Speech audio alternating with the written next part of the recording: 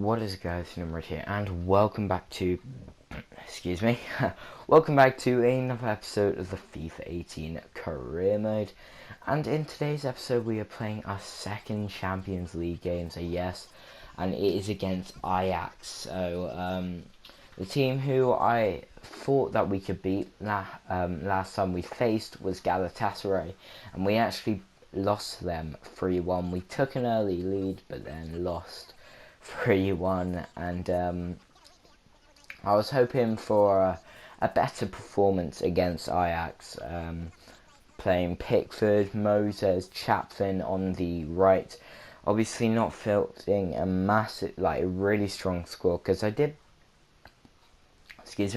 actually think I had a good chance, but yeah, also of tired legs as well. As you can see, Ajax's team, it's pretty decent though, to be fair. And this is a hard group, you know, the champions of Holland and the champions of Turkey and the champions of Spain, and we're top four. We're the fourth place champions. So yeah, yeah, but it's going to be a very hard game and a very hard group. And actually, our first chance, our first chance comes here when Connor Chaplin cuts inside and he goes for the finish, but it misses. And yeah, there wasn't many chances in the first half, but here's one here as we foul. Davies fouls someone, and it gives away a free kick. Didn't see who it was, and you know, free kicks from this sort of position is never good, and Ajax have a really good chance to go up, but Pickford makes a decent save. So trying to fight, actually no, we've already sold him, so he can't fight for his place, but finally Pickford making decent saves. He is a very good shot stopper. It's just, he doesn't, he's just really inconsistent, and I don't need that if I want to win the league this year. And Izquierda clears it off the line there, and Pickford doesn't go for the punch or parry it away. He just stands there like, what are you doing, son? Like, seriously, man. Anyway, half time, and it is 0-0. So a decent half for Ajax, not for us though. We had a really poor attacking half. No one was really pulling the strings, you know. I was expecting much more from Tammy Abraham and Chaplin, but Loftus-Cheek comes close there, but it's a decent save, which was worrying actually, because you know, no wins our Champions League group stage games. Like, that's awful. That's really bad. And the full time was 0-0, and yeah, we really want to get out of this group. But like I said, the first time we played it, first time we saw it, it was going to be a hard group, and well, at least we had one team that we knew we could have a chance of beating. Manchester City, we've never lost. I don't think we've ever drew again. I think we've only won against Man City. I really need to check that. I will one day. Excuse me. But Manchester City, the lowest scoring team in the Prem, and I was surprised by that. But because they had a great transfer window, you know, bringing the likes of Laporte. I think it was Laporte. It was James, Isco. Can't remember the defender. Yeah, and they had a really good team. On paper, they would smash our team anyway, maybe get rid of Hart, but who knows. But for some reason they're not playing James, which is a bit weird. I think Marquinhos, that's the player. Marquinhos was the centre back that they signed. But I can't remember losing against Man City. Like, I don't think. Oh, excuse me, that was very rude. I do actually have to wake up early today because I'm getting my braces on. Very late, I know. So, yeah. But the ball's played through to Tammy Abraham. We couldn't ask for a better start. Tammy Abraham, the league's top scorer, the player who I was very worried about this season, because I thought, would he be inconsistent? Times has run brilliantly and scored a brilliant goal. Outside the foot and over Joe Hart's hand. Don't know why they've signed Joe Hart. If they pay 100 million for a right back, then they could just pay 20. They could pay 60 million to get Leno. He's a great player. But anyway, Tammy Abraham, was he going to be inconsistent? Well, we'll have to wait and see. But he's playing incredible at the moment. And well, instant reply from Manchester City. 26th minute, and I think that was Mendy who scored the goal, and that was very, very annoying. Obviously, we got opened up straight away. Manchester City have really good wing backs to play that formation with. You know, Bellerin plus Mendy both have a lot of pace, so. And a few attacking qualities, which is very, very good, and gets his first league goal of the season. And anyway, it was half time, so 1-1.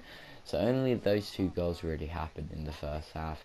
But as we came into the second half, we were wondering what we could do, because I was like, I'm keeping this 100% win ratio against City if we have it, or unbeaten record against Man City if we have it, but I can't remember losing to them, and I really want to keep it. And as Nian plays the ball to Max Hendricks, he crossed it in and it falls to Ross Barkley, goes down, and Isco gives away a penalty. Now, is this a penalty?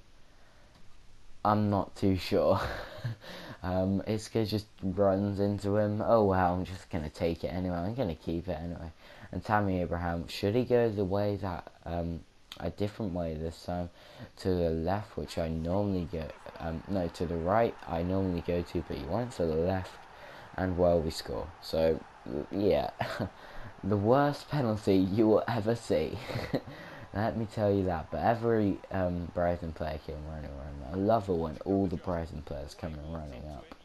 That's always really cool. I like that from FIFA, you know, the passion of the Brighton team, the passion of my team. Yeah.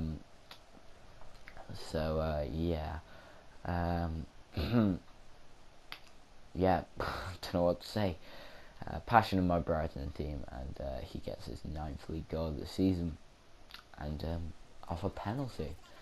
So this is just 3 substitutions all in a row, which was very, very annoying. But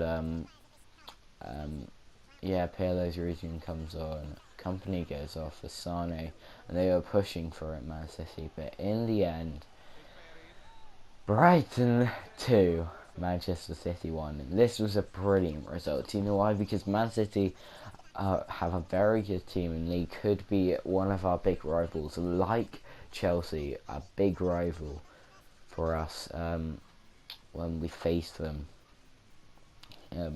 near to the end of the season, because we're going for that league title. If you didn't know, we're going for that league title. And Alfonso Izquierdo gets a loan deal, and I think I accept it. Now, I don't think I should have. Yeah, I do accept that, I remember. Yeah, I don't think I should have, but oh well. Here's the next game. Yeah, here. It's got all the ingredients, hasn't it? And it's our main feature today on EA TV. Join us soon. And it is against Australia, so our first Asian qualifier. So this is it. No, wait. This isn't our first. This is our 3rd Asian qualifier. I'm so excited, seriously, for the World Cup. New Zealand, we have worked our butts off, and yeah, just very, very excited. A big game.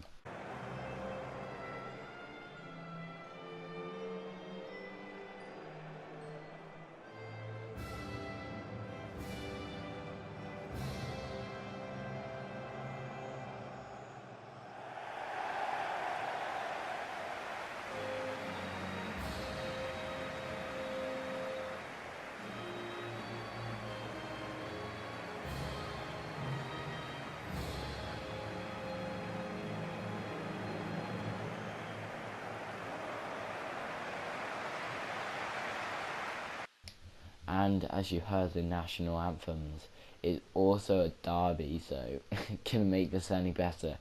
Australia actually in the Confederations Cup at the end of the season. I'm wondering if I come top of the Asian qualifiers, do I get to go to the Confederations Cup? Because that'll be a decent one. Because I don't know what to expect for the World Cup.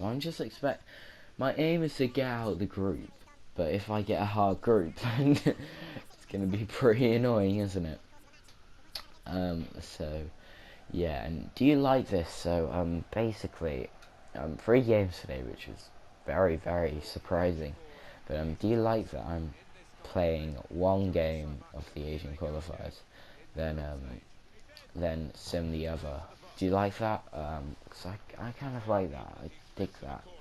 Because I obviously, for making videos, it's much more fun to play the game.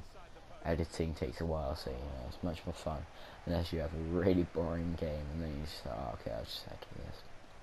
Or you're really passionate about editing, you could be that. But anyway, disaster strike. Our striker, Barboris, has been injured and he will be out for I think 3 months. It's really bad because he's the top scorer, but that doesn't matter because Robinson, what a goal by Robinson. I mean, I couldn't believe it. Like, again, I always go, oh no, I couldn't believe it. That was one of the best goals I have seen from a Brighton Academy prospect in a while. I mean, he just rides the challenge brilliantly. And it's just it's such a good goal.